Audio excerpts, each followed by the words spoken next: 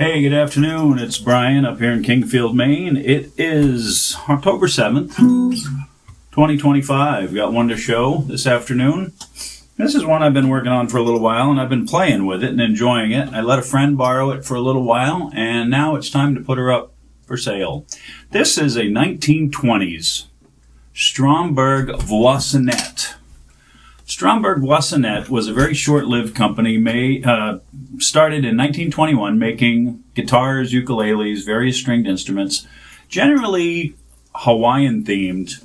And the founder of William K was his middle name, Merceberg. I'll have to look it up. I had it and now I've forgotten it. But anyway, this is the precursor to the K Musical Instrument Company. They only lasted about a decade. Started in 21, ended in 31 when they morphed into K products and they made K guitars and mandolins and ukuleles and all sorts of stringed instruments. Another Chicago maker. But these Stromberg Voisinets seem to be a little higher end than what they morphed into as K. Very nice appointments all around. Beautiful purfling. This gorgeous old rope purfling, nice binding, gorgeous center strip up the back. And then this is what always gets me. Look at this cool scroll work on the back side of this closed slotted headstock. They only basically routed out section for the slot head tuners, but then they leave the back solid. And some of them are just solid and smooth. Some of them have this really cool carved inlay on the back and a really cool looking shape. Bound all the way around, so the binding goes all the way around the headstock. This is solid mahogany, top, sides, and back. It's all mahogany, absolutely gorgeous, lightweight. I got a hold of this thing, it weighs like 2 pounds, 13 ounces. It's just, there's nothing to it. And I added a little weight to it by putting an ebony fretboard, a truss rod, and a bridge on it. So it was probably like 2.5 pounds originally. When I got this, it was in rough shape, and I try to describe it in my listing here, but I'm going to talk about it in a little bit more detail while we look at this. Braces inside, flopping around loose. One of the cross ones, was absolutely broken right in half. 2 cracks in the top, one right here and one right there that goes up under the bridge and under the pick guard. The back was separating down in the lower area. No major breaks, though. So no cracks on the back, just the 2 cracks on the top. No cracks in the sides anywhere. It's all in great shape and really just beautiful mahogany and solid. No laminate. The later K ones, I've done a couple of the K planes, like 000 size, and they're all laminated back and sides. But this is all solid. Action was terrible, of course. It had no bridge on it, but I could just tell from the angle when I run a straight edge up the side, if the nut is the nut is in front of the straight edge, there's a problem. So this neck definitely needed to be reset. And when I started taking it apart, realized it had been done before because it had epoxy in there. And boy, that is a nightmare to take apart. But I got it out cleanly. The neck block was in great shape still. No bridge, like I said. The bridge pin holes were all in place there. Poplar neck. And because the poplar is kind of soft, even though this is a pretty thick, nice V-shaped neck, I decided that since the fretboard had to come off, the existing fretboard looked like a concave water ski and was crumbling. That I just got completely off, and I put a new fretboard on anyway. But while I had it apart, I went ahead and I put a 2-way adjustable truss rod in there. So that is reachable through the sound hole using a 4mm Allen wrench. So that's really helped a lot in getting this thing set up properly. While that neck was off, I put a new fretboard on it, and this is ebony. So I bought an ebony fretboard. It's a Gibson scale, so I did have to slide it up just slightly. You'll see that it's a little bit past where it was originally, but that's 24 3/4 scale, whereas originally this thing was like a 23 7/8 inch scale. So I added like 3/4 of an inch to the scale of it, and most of that has been done up here at the top.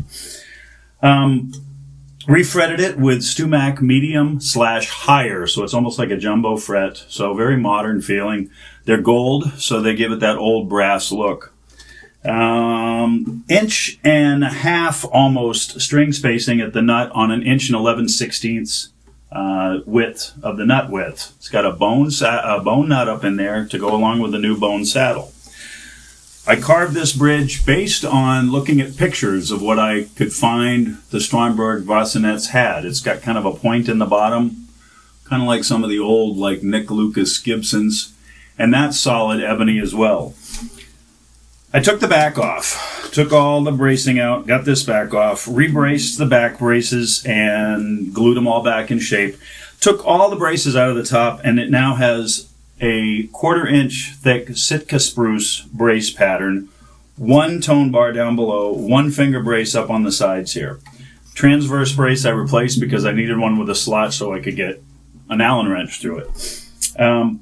An interesting sidebar on this, and I'm going to play a little bit so you can hear it here in the middle, but when I was doing the neck reset and putting it back together, I lined up the neck with the bridge pin holes. Ran my straight edge down the middle, exactly equidistant between the D and the G, like I always do when I'm doing a reset. I'll admit, in hindsight, I probably should have plugged those holes up and just re-drilled new ones when I made a new bridge. Because once it was all said and done and I put it back together, I'm looking at it going, wow, it just looks like there's more space here than there is there. Then I lined it all up again and measured it, and sure enough, I'm about 1/16 of an inch off center. The bridge is actually over this way. Now, that's the way the pins were and the holes were. So I think that it was either made that way 100 years ago, because these are all handmade, or when the neck was reset and they redid a new bridge on it at that point, however long ago it was, maybe that's when it happened. But at any rate, it's back in there, and the intonation is great.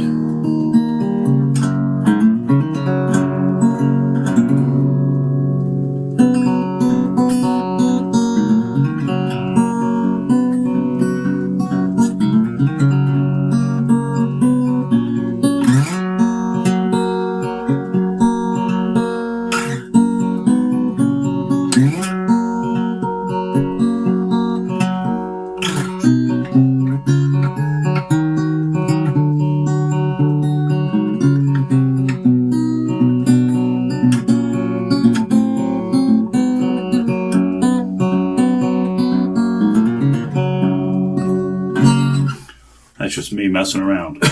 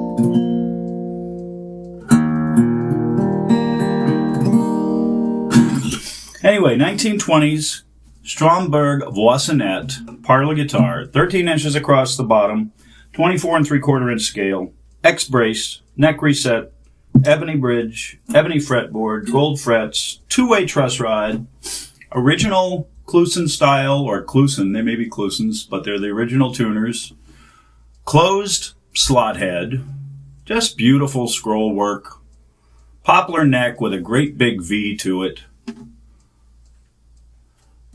I've got this priced, I think, accordingly for what the flaws are. And it's really a kind of a cool way to get into a 100-year-old solid wood, solid mahogany parlor. This is a great little couch picker. Sit on the beach and play some Hawaiian songs. Thanks a lot for looking.